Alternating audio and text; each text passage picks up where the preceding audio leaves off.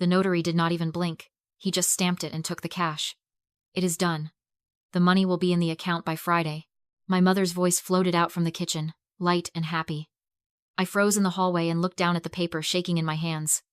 Confirmation of power of attorney.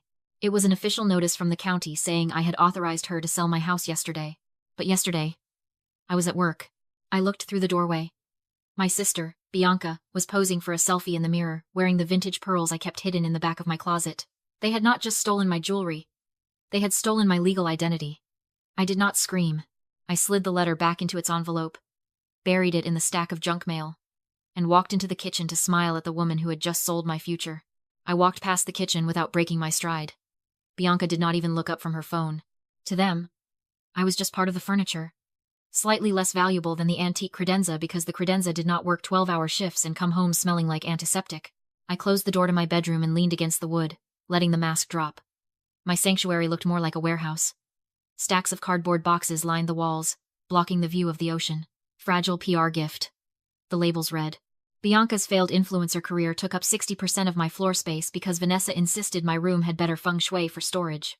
Last week, I slept on the living room sofa for 3 nights because Bianca needed my room for a closet tour video. My name is Elisa. I am 29 years old. I am the unit manager for the busiest emergency room in the state. I manage crises that would break most people.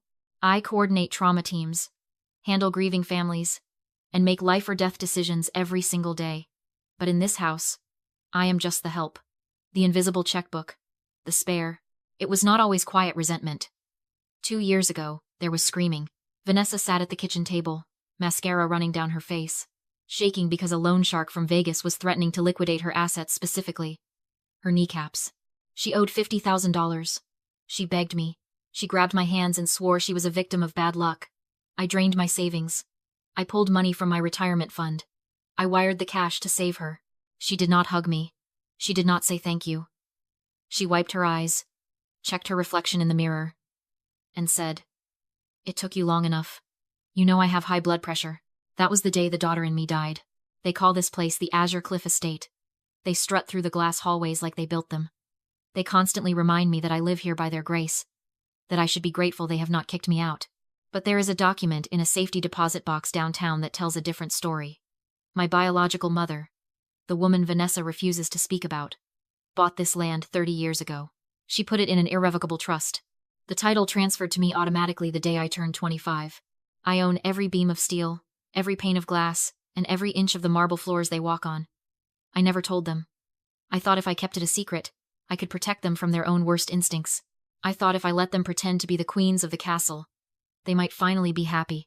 I was wrong. Greed is a vacuum. It has no bottom. I looked at the boxes of cheap makeup and polyester clothes cluttering my room. I wanted to kick them over. I wanted to scream that I owned the roof over their heads. But I did not.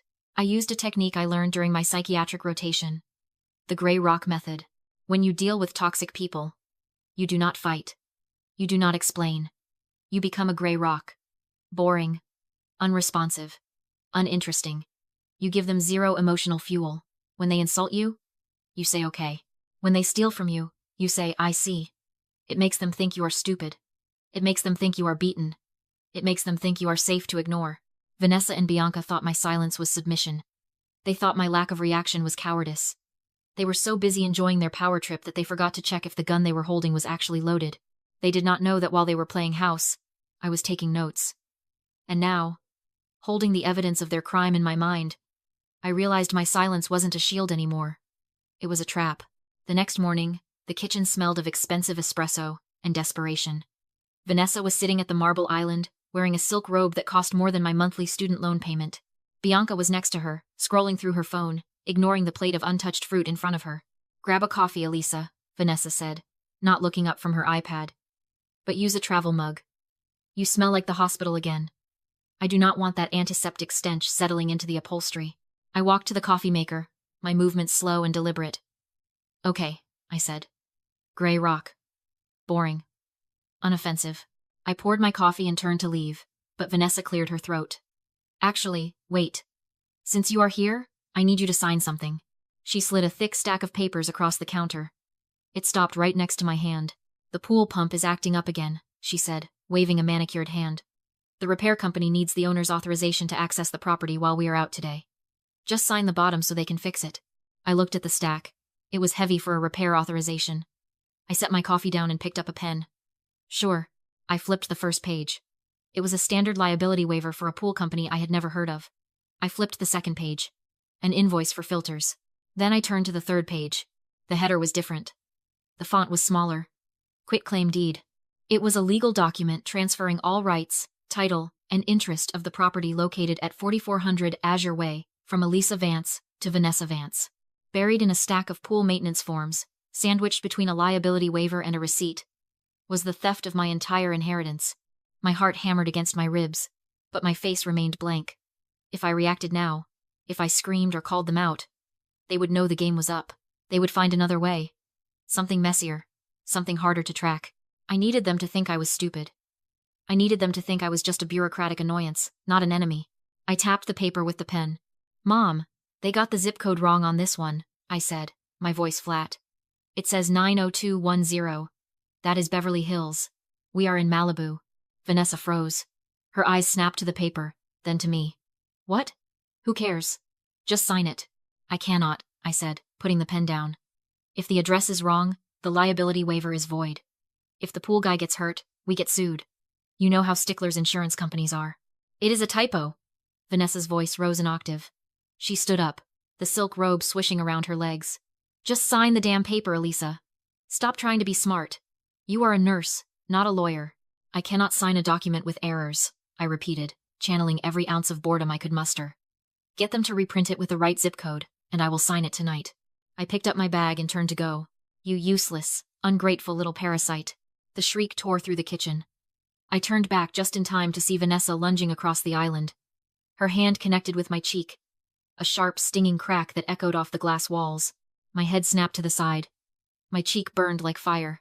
Bianca gasped, looking up from her phone, her eyes wide. But she did not move. She did not say a word. She just watched, waiting to see who would win. I tasted copper in my mouth. I slowly turned my head back to face my mother. Her chest was heaving, her face flushed with a mixture of rage and panic. You live here because I allow it, she hissed, leaning over the counter, her breath smelling of coffee and mint. You are the background noise of this family, Elisa. When I tell you to sign something, you sign it. You do not correct your betters.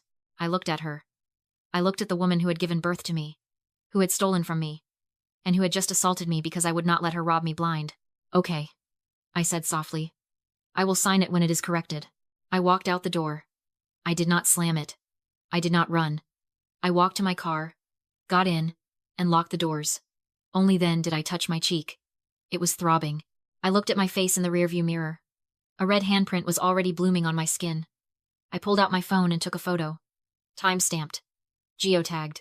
They wanted a signature? Fine. I would give them one. But it would not be on a deed. That slap was the final seal on their warrant. They had crossed the line from fraud to violence. I put the car in gear and drove to the hospital. I had a 12-hour shift ahead of me. And while I was saving lives, they would be digging their own graves.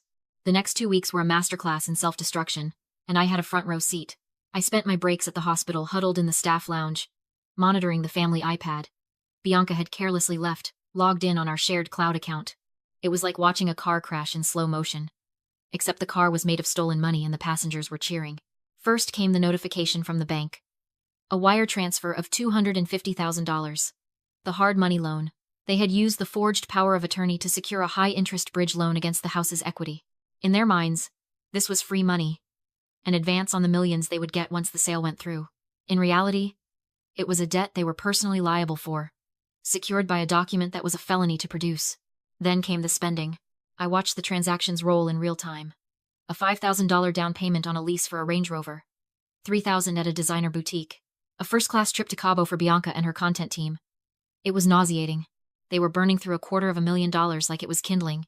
But then I saw the bigger transactions. The ones they did not post on Instagram. $150,000 wired to Global Debt Solutions. $50,000 to an offshore gaming site.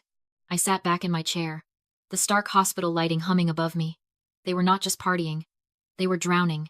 Vanessa's gambling debts were far worse than I had imagined. The debt consolidation transfer was a desperate attempt to pay off the loan sharks before they came collecting again. They had not sold the house to get rich. They were selling it to stay alive. And that was the trap. This is the sunk cost fallacy in action. People will continue a behavior or endeavor as a result of previously invested resources, time, money, or effort, even if the current costs outweigh the benefits. Vanessa and Bianca had already committed a crime to get the loan. They had already spent the money. Now, they had to sell the house. If the sale fell through, they would not just be broke, they would be in debt to a hard money lender who did not play nice. And they would have zero assets to cover it. The loan was not a lifeline. It was an anchor. And they had just tied it around their own ankles. Elisa? I looked up. Dr. Chen was standing in the doorway, holding a chart. You okay? You have been staring at that iPad for 10 minutes. I am fine, I said, locking the screen. Just checking on my family. They are going through some changes. Well, we need you in Bay 4. Multi-vehicle collision coming in 5. On my way. I stood up and smoothed my scrubs. I felt a strange sense of calm. I did not need to intervene. I did not need to stop them. Every dollar they spent was another shovel of dirt on their grave. They thought they were living the high life, but they were just running up a tab they could never pay. And when the bill finally came due, I would be the only one holding the receipt. I walked out to the ambulance bay, ready to save strangers, while letting my own family destroy themselves. Tuesday came, the day on the forged power of attorney. The document Vanessa had paid a crooked notary to backdate claimed I had signed it in his office at 2 o'clock in the afternoon. At 1:58, the red phone at the nurse's station rang. Inbound. Male, 42. Cardiac arrest. CPR in progress. ETA. 2 minutes. I grabbed the receiver. Trauma 1 is open. Let's move. The doors burst open. The paramedics rushed in. A blur of motion and urgency. I stepped forward, my voice calm and commanding. I will take lead. Dr. Chen. Airway. Sarah. Compressions. Let's go. For 45 minutes, I focused only on the patient, his pulse, oxygen levels, and the clock. I accessed the drug locker, signed digital charts every 5 minutes, and worked under security cameras that recorded everything. When we got a pulse back, I finalized the log. Elisa Vance. Unit Manager. Shift. 0700 to 1900. I printed it, and had the attending countersign. While my mother claimed I was at a notary signing away my inheritance, I had created an airtight alibi time-stamped, witnessed, and recorded. I placed the log in my bag beside the original deed. The war was about to end. At Thornton and Partners, the receptionist tried to stop me. I told her my mother was selling my house with a forged signature and warned her she would be named in the lawsuit if she blocked me. She buzzed me in. I entered the conference room unannounced. Vanessa froze.